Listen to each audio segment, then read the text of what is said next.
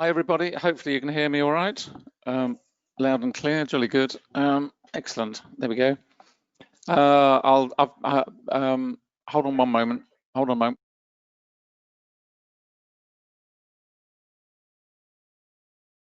I was just letting Anna know that I've answered the questions on the chat. Anna, I will go on to the futures in a moment. I've got the futures running as well, so I've flip-flopped between the two anyway, but I'll pull that up in a moment. Just picking up on the pound Aussie, really spoiled for choice. I was conflicted between the euro and the pound, but glad I've gone with the pound because that's moving the most strongly. You can see it here on the, I think we got the 5 minute. Yeah, I got the 5 minute here. 5 minute CSI. This is the heavy selling on the pound. Yellow lines, that's falling very strongly. Really nice trade developed, and equally strong buying of the Aussie, which is, I'll just pull that over there. We're going to see the whole thing now.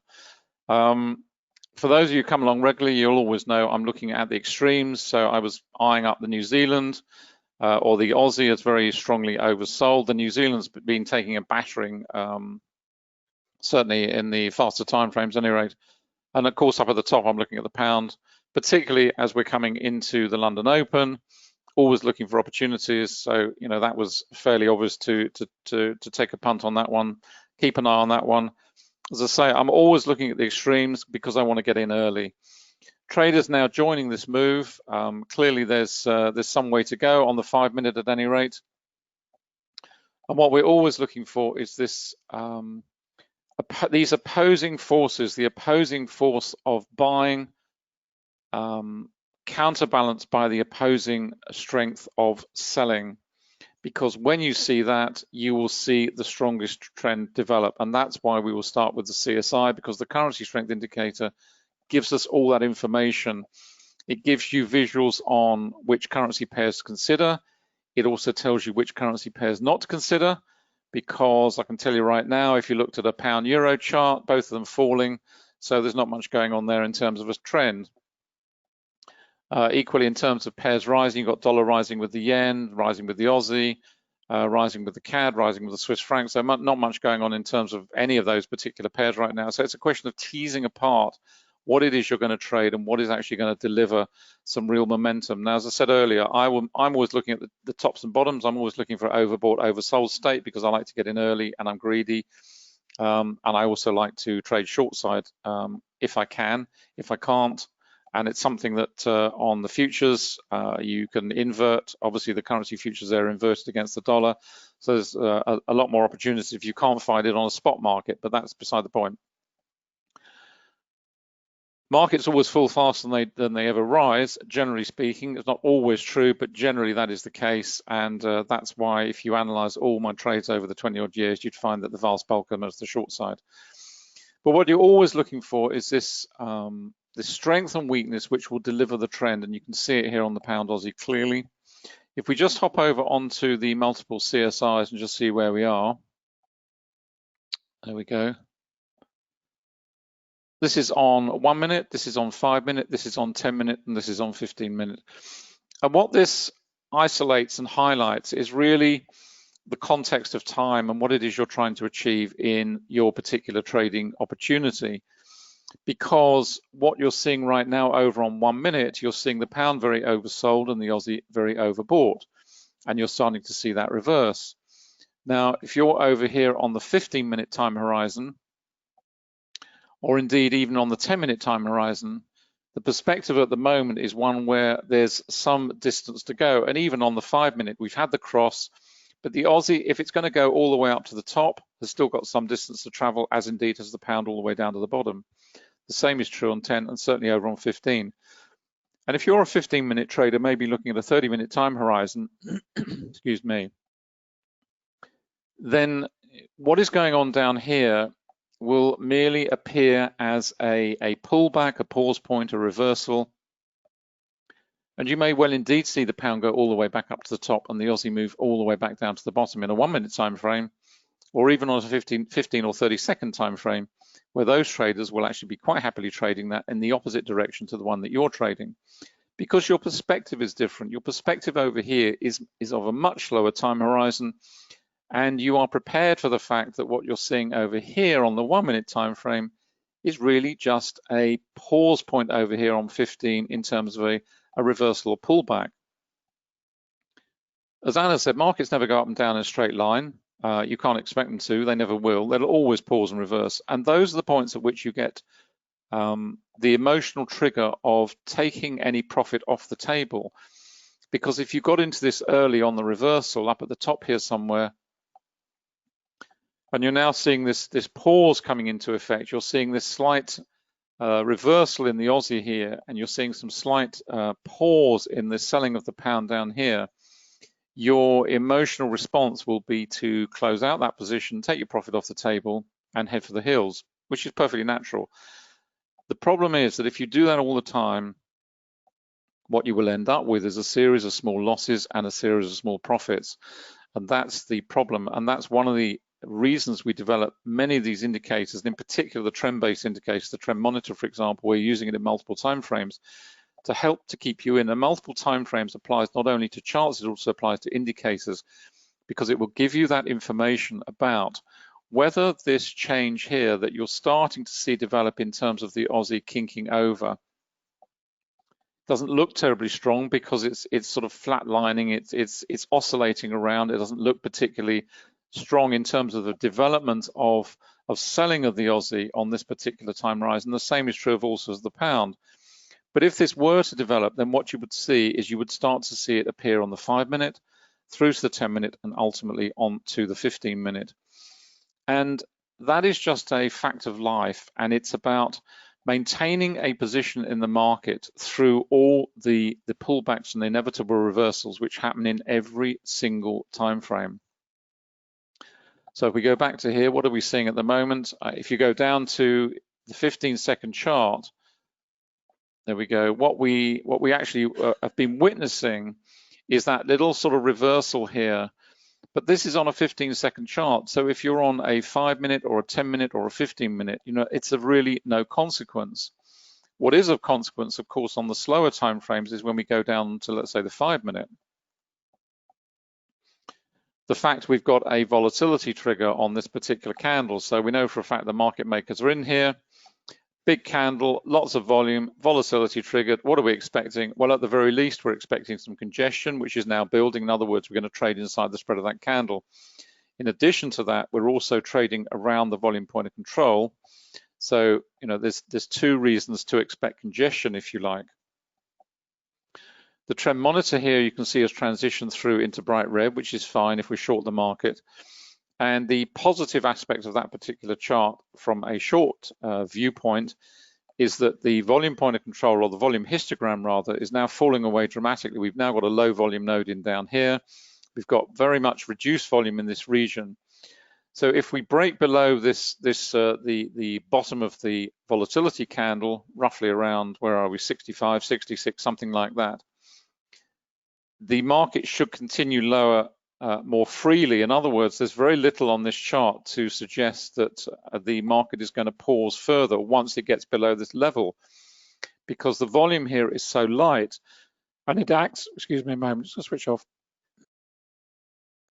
Sorry, I had a frog in my throat. It acts in exactly the same way as price-based support and resistance. So where you have a market approaching a level of price-based support and resistance, then that's what you expect. You expect some pause point. The price action is going to run into some difficulties, a headwind, if you like. And the same is true here. Volume can be considered in exactly the same way. If you've got a market coming down into this region, you've got heavy volume here, you know, it's going to take more effort to drive through there than it will to move through this region, because the volume here is pretty light. In other words, there's very little in the way of older orders sitting there, pending orders, etc., traders trapped in weak positions, whatever it may be. There's very little in the way of volume here. So there's very little to cause this market to pause. So as you can see, we've had a nice widespread down candle, moved away through the bottom of that particular candle, nice volume on that candle. So, you know, here, this is just regulation, price and volume in agreement. There's no wicks of any note to the top or bottom. So in terms of that particular candle and that particular volume, bear in mind that this is 8 o'clock London time. So in terms of comparative volume, we're comparing here This is through the European session, so volume here from 7 o'clock to 8 o'clock, we can compare volume in here. We're now comparing volume here in the London session, so on this particular time frame, we're comparing this volume here. So this looks fine. No particular buying on that particular candle to speak of, and on we go. So we should expect as a trader that this is going to move through down here relatively quickly, all things being equal.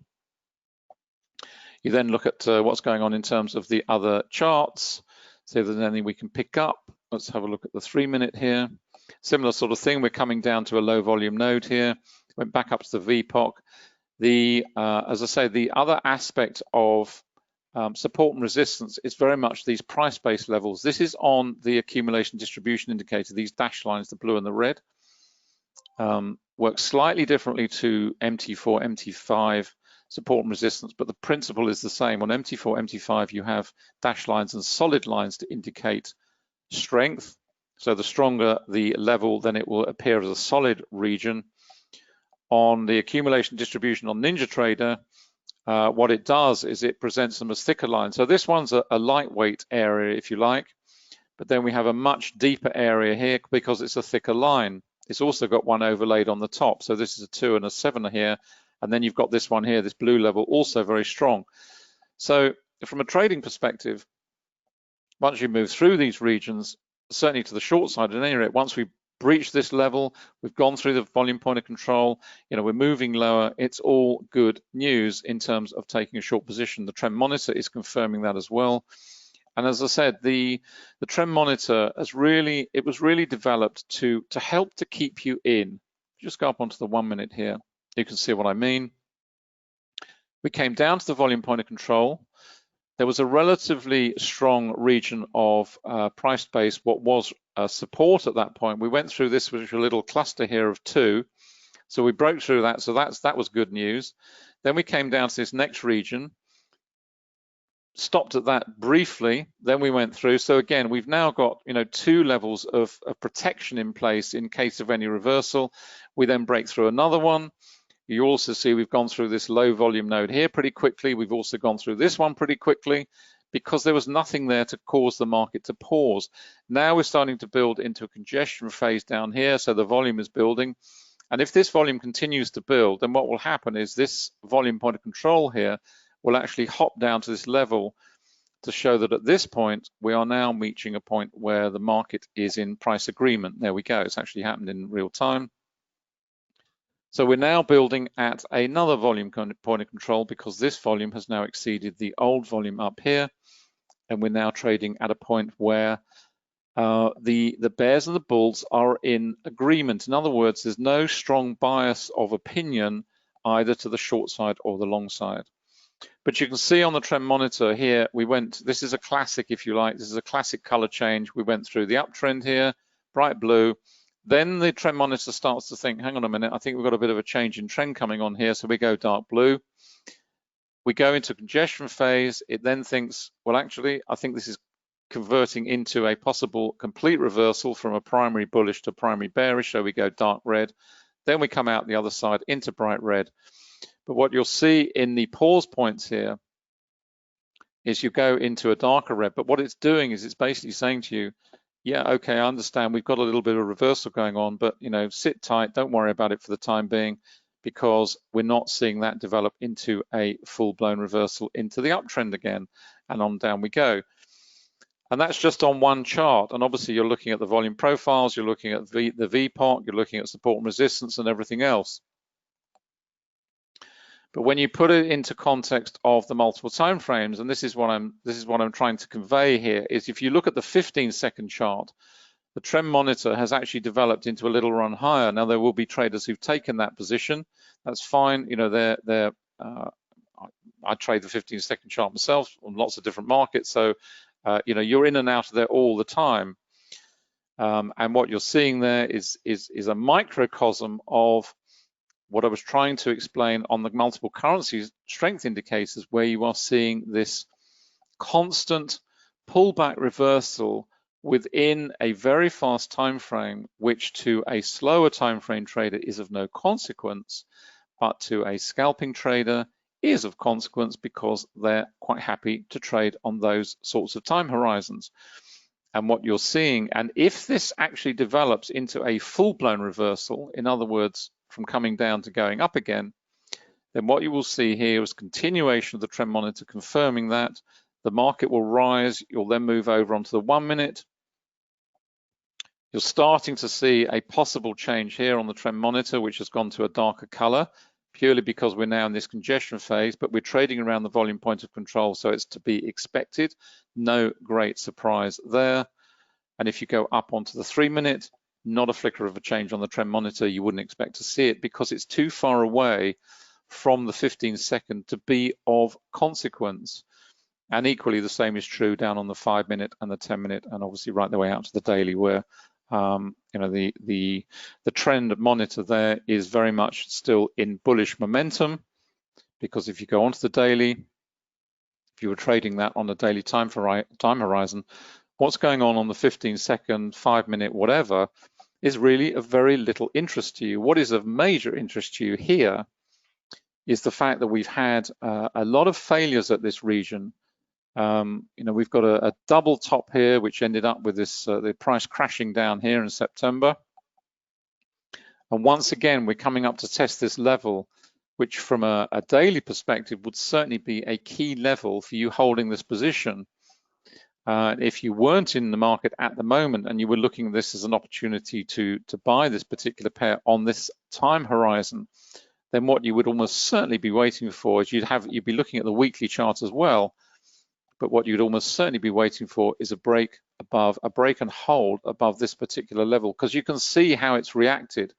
This is very strong. This is, where are we, June? So this is the last 4 or 5 months. Gets to this level and fails, gets to this level and fails, fails again. So, is it going to fail again at this level? Now, if you're a reversal trader, you might well take the view that, that's looking to reverse and take the opposite position and go short.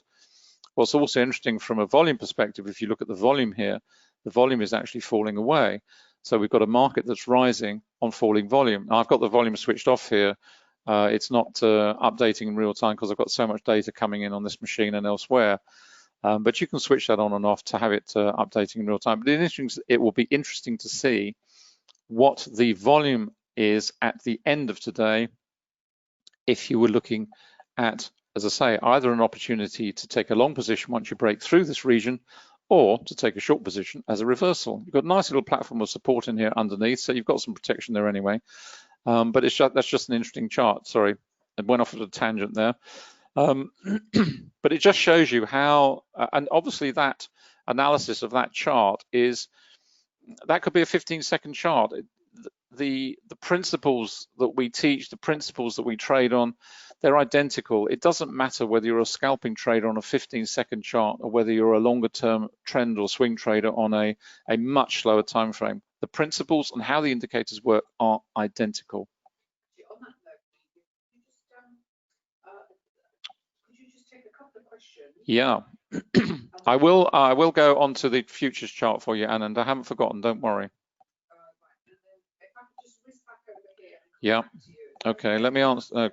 Right, okay, there's a fair few questions in here. Hold on. I'll just have to scan through them as quickly as I can. Right, okay, I combine CSI and RM4 on daily, and what I do is work it with camera levels, support and resistance, so that when it touches, I'm more of a swing trader. Fantastic. Thank you, Francisco. This is what it's all about. It's really finding, and it's what we focus on in the program. It's really to try and explain, and why we always say start with the psychology module, because that will help you understand your strengths, your weaknesses, who you are as a person, and therefore what is likely to suit you best. It also partly depends on the time available. We are very fortunate. We can sit in front of screens all day long. We are in a very, very fortunate position. We're also in a fortunate position because we're in the Northern Hemisphere, and therefore we have the best of everything. So we get, the markets that are traded most deeply. So we are very fortunate. But thank you for that. It's much appreciated. And it is what it's about. This business is finding what suits you and your trading style. And it's one reason why people say to us, well, you know, what would you do? They say, well, here's a chart, you know, what would you do? It's irrelevant what Anna and I would do because we're completely different. We are not the same personality as you might be. It's critical to know how many candles does a VPOC go back on any time frame. You can adjust the look back period on any of the indicators, and you can certainly play around with that. You know, that's an option within, I think, pretty much all the indicators. You can change the look back periods, you can change all sorts of things on the trend monitor, for example, on the trends. You can adjust the sensitivity, so if you want to smooth that out a little bit further, you can. There's all sorts of things that you can do, and you'll find that all on the support pages for the indicators. Does the data for your indicators come from your broker feed? It does. It comes straight off the broker feed, whichever broker you. This is on Ninja, so here I'm using the kinetic data feed, which is the one that Ninja Trade themselves recommend. It's a fantastic feed, worked brilliantly with all the indicators. It's fully supported by us, and you get all the live tick charts and all the rest of it. So yes, it will. But whether you're on MT4, MT5, that will deliver the data feed that drives the indicators. Sorry, just come over for 1 second. I'm just going to pass back to Anna. You can see how this trade is still developing. You know, pound's still falling nicely, and the Aussie is still rising nicely. And you know, it's all about, and this is what it's about. It's about sitting in this trade through these little pullback positions, not getting frightened out of the market, and that's what the trend monitor does, amongst other things. Going to pass back to Anna. I just want to show you what this price action looks like on MT5. I just happen to use MT5, but you would see it on MT4 as well. A couple of things. When I mentioned about the cross, you can set alerts up on the CSI for such an event, and in fact I tend to have alerts on the 10-minute charts for the pairs that I like to trade and like to look at, and pound Aussie just happens to be one of them, and this is on the 10-minute, so that has told me that it was coming up to a cross, but I could see visually by eye, this is what I was looking at, this cross here that I was waiting for, and it was around, as I said here, the R3 of Camarilla. And the configuration I have here, as David said about, you know, staying in a trade, holding that position, and this is where something like the Renko chart will certainly help you. It helps you to get in. And again, it comes down to how aggressive you feel you want to be with your entries, how perhaps you want to be a little bit more conservative. And I said there is this spectrum you know, that we move along. And even if you consider yourself an aggressive type trader, sometimes, you know, you may look at things and you think, you know what, I'm going to hold back a little bit. And then what you tailor, how you tailor your you know, the entry into it is perhaps you go in with a smaller size. You don't you work the amount of money that you're going to put into the market according to your risk appetite, but also what you think, how risky the trade is. And, you know, it is this combination of factors that, you know, will determine when you get in and by how much. Is, you know, this is a very discretionary business, in the sense that there are no hard and fast rules. There isn't a rule that says when you see ABC you will do this. Every situation is different. The patterns repeat, don't get me wrong, patterns repeat, price action repeats, anomalies will appear on your chart the same as appeared before, but the context will be different. The context will be different. The price may be moving at a different speed. You know, this is not some metronomic activity that, you know, moves at a steady speed. We can see here, the nice thing about the Renko is because it's just looking at price action, it is also picking up momentum. And we know that because this is actually, each one of these bricks is set to 3 pips. Now, when those 3 pips are moving fast through the markets, these little bricks will come out one after the other. But when they, you know, when they're not coming out very fast, they slow down. You know that the price is pausing. It hasn't changed necessarily. It's just in a pause point and it is waiting. And if you look at the 3-minute chart here, as I said, this was the move lower. it stopped at the VPOC. It tends to do that. It tends to have a little retest, deciding what it's going to do, particularly around the session, you know, that when the new session's opens. And London is a classic one. A lot of traps set. You know, maybe traders have, you know, seen that come down. Oh, great, I'll go short as well. Bang, you know, it goes back and retests the VPOC, goes into a congestion. You know, maybe stops have been taken out, and then it carries on. If we take that as the primary trend lower, you know, the pullbacks are the secondary trends, secondary moves, and we have to decide whether those secondaries are that's what they are, simply a pullback, or are they the start of a major reversal. Now, moving up to the 10-minute, again, the Camarilla will give you these little alerts up here. They will sort of say a possible short on the horizon. You can turn those off. They're quite interesting. They are pretty accurate. It's around the R3. Sometimes, you know, if it's trading above the R3, you will sometimes it'll say a potential long, because it, you know, it does reverse from there, but you don't go off one signal. You watch and see what is happening with the candles, the price action, the patterns. If you've got the indicators, what the indicators are telling you. You look at the Renko. Is there some momentum behind this move? Well, certainly, you know, it looks like it is going to go lower. And then the next question is, well, you know, where's it going to? It's awfully, you know, you've got in, we've stayed in. Well, you know, where's it heading? And this is where your support and resistance comes in. You look at the candles. You look at candles with wicks to the bottom, because obviously there's buying coming in. There's buying support. There's stopping volume coming in. We're cutting down to, as I said, the R3 here. May get another little pause, and you just work your way down the levels. And where are we here? We've got the 3-minute chart here.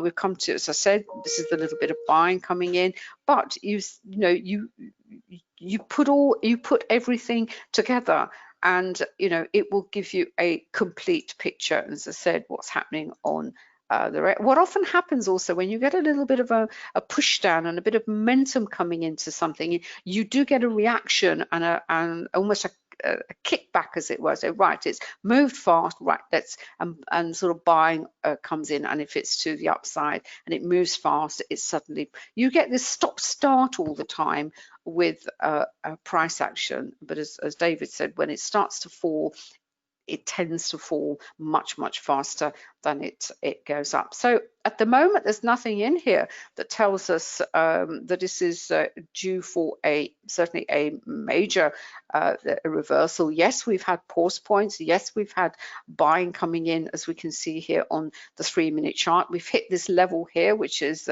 83.52, and you know, you think, well, okay. We just have to go to the slower and slower time frames to find some, what I call significant levels. Well, we've got a Camarilla level here. We can see some buying coming in. You know, and if there wasn't anything here on the 10-minute with Camarilla, by the way, the value of the levels up to the hour, but not including the hour, are different. So we look at the to the hourly charts. They will give us, these levels are valid until the end of the week. So in fact, what I said about the R3, because it's trading above it, what does it tell us? Possible breakout to the long position. So you're getting two contradictory messages, but that is what you will see on different time frame charts. You know, you will see one picture, one context on one chart, which may be completely the opposite of what you see on another, and leads us to another lesson, and that is you really have to be pretty clear on the time frames that you are going to watch, because it's very tempting. You know, you get into a position on one time frame, it goes against you, and you think, do you know what? And you go up to different time frames, but actually, I was actually right on that one. You know, that's not. You can get yourself into all sorts of problems with that. But as I said, the message you're getting on the hourly chart is completely contra to what we have seen on the 10-minute chart. But I did say with the R3, when it's trading, in this case above it, it will see it is a point something to do with this protocol, I don't know, don't ask me to explain why. It can be the point for a nice reversal. If this is going to carry on lower and that breaks through and starts trading below it, then obviously that message will go. Interestingly, on the lines of the CSI, the pound is kind of turning down, but it's kind of moving sideways. So we could get a bit of congestion. We will just have to wait and see. Let's go back to the 3 minutes. It's still going straight to rise, still going down nicely, but obviously 83.52 is quite a key level. And on the Renko, that's what the support line that's been created by the price action that we've seen on the time chart, and clearly it's got to, if it's going to carry on lower, it's got to break lower. So there we are, just looking at the pound Aussie on the MT, this is actually on MT5. Right, I think you're going to do some, fine, okay, let me pass over to David because he wants to have a look at the futures. Anand, you've been very patient, apologies. I've moved this across over to the futures workspace.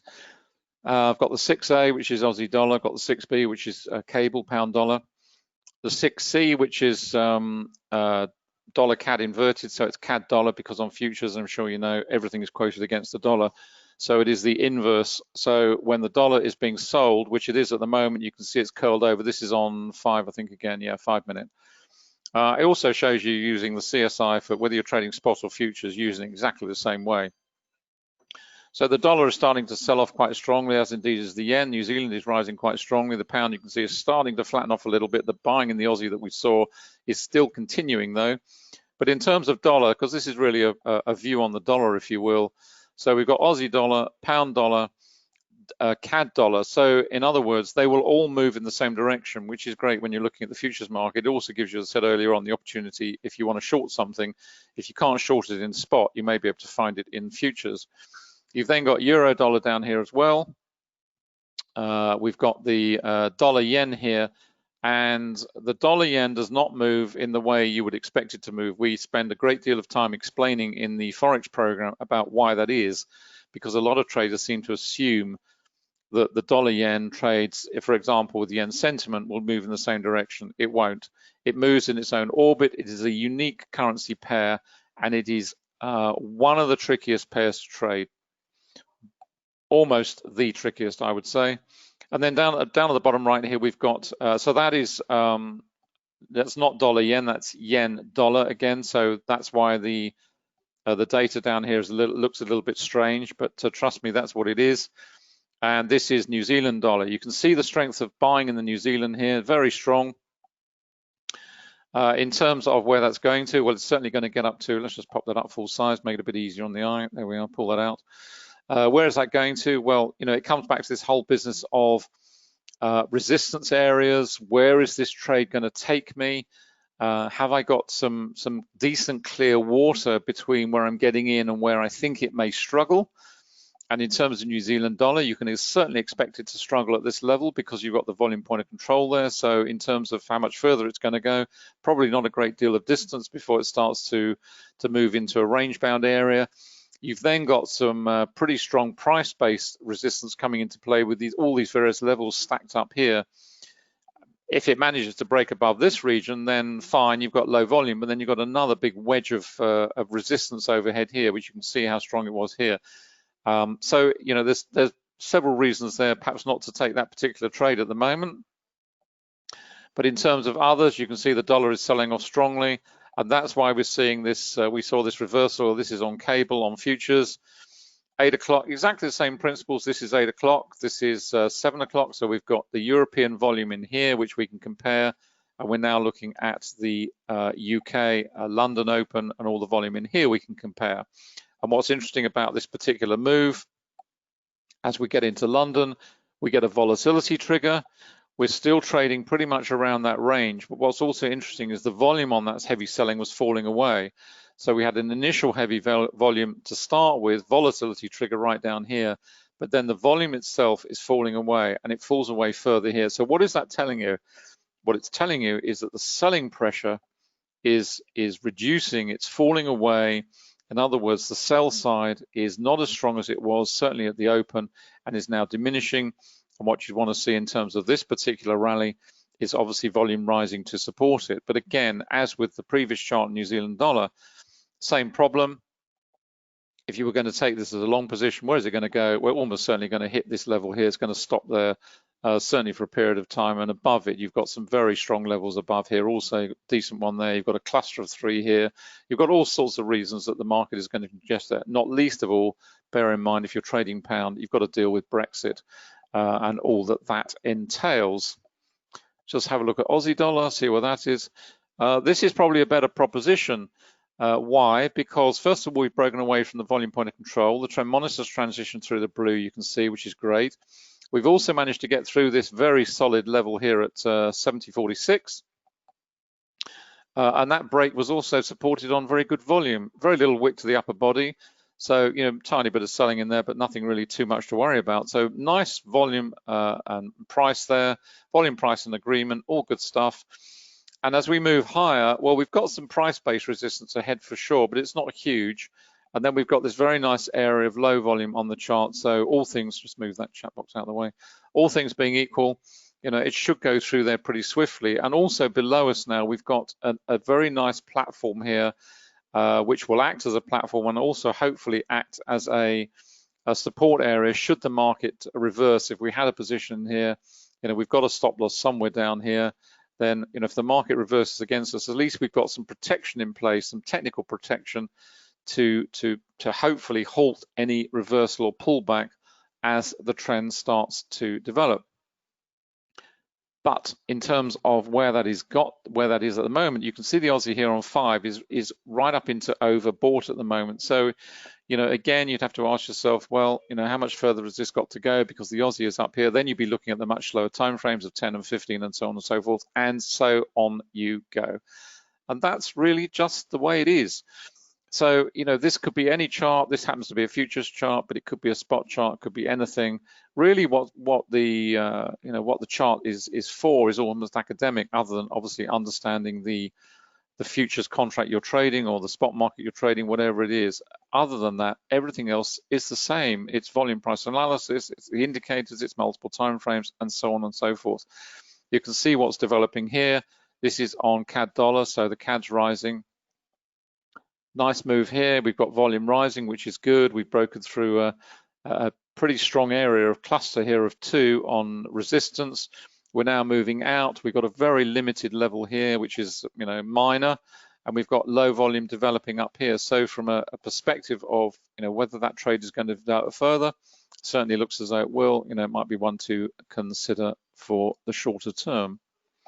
And that's it. And really, you know, that's where we are. And I just wanted to show you over on, Anna was talking about the Renko. Let's go to the multiple Renkos, because this is just a powerful application of time and non-time based charts. And I've got 3 here. Below, I've got got some volatility coming in. Could be something to do with Brexit. Who knows? It's precisely my point. You know, you've got to be aware of the fact that if you're trading pound, then you've got to have a decent news feed, and that may well be something to do with Brexit.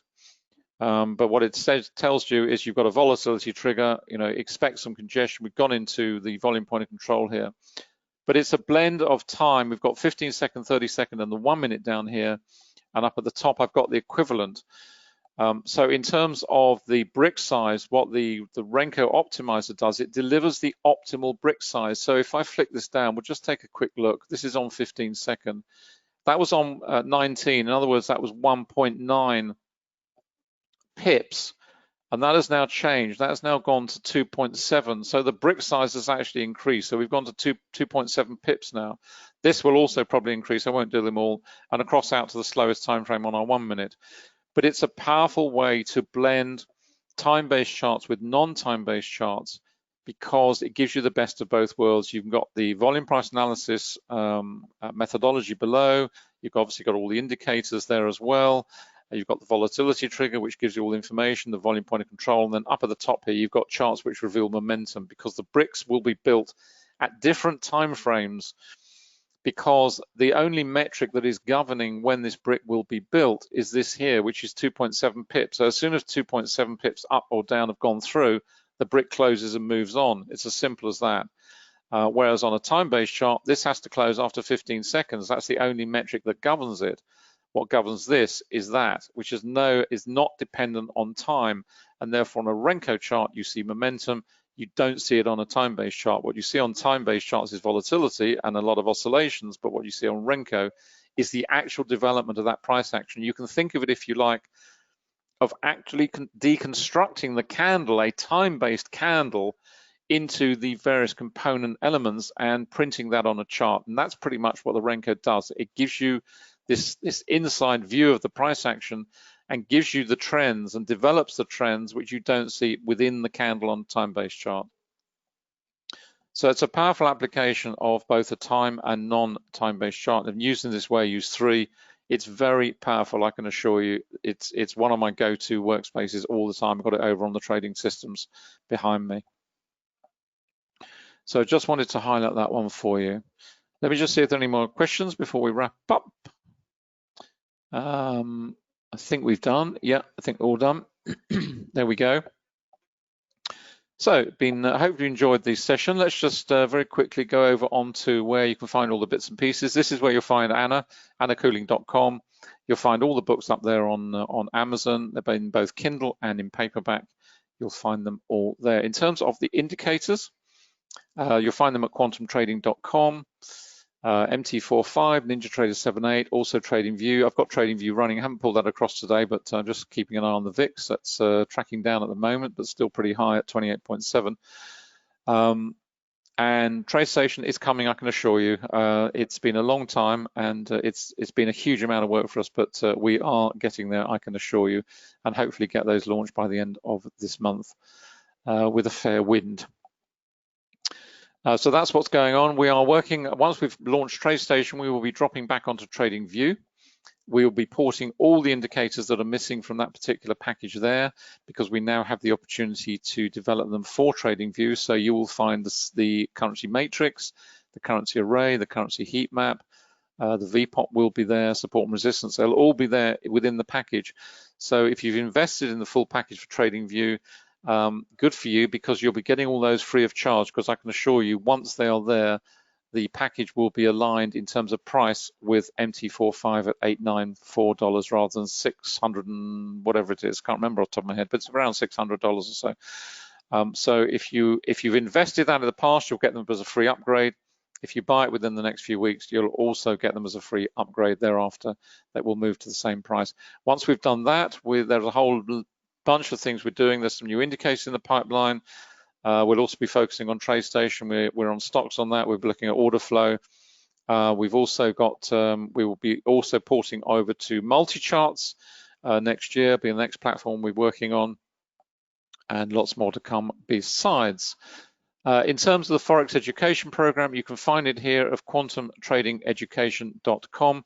It is the complete Forex trading program because it covers everything you need to trade to understand, to trade these markets with total confidence. And of course, it includes the full suite of indicators. If you've partially invested in the software and you're wondering whether to upgrade or not, we give you a full credit for whatever you've bought. So if you've bought some indicators in the past and are thinking of joining the program, we give you a full credit on the upgrade.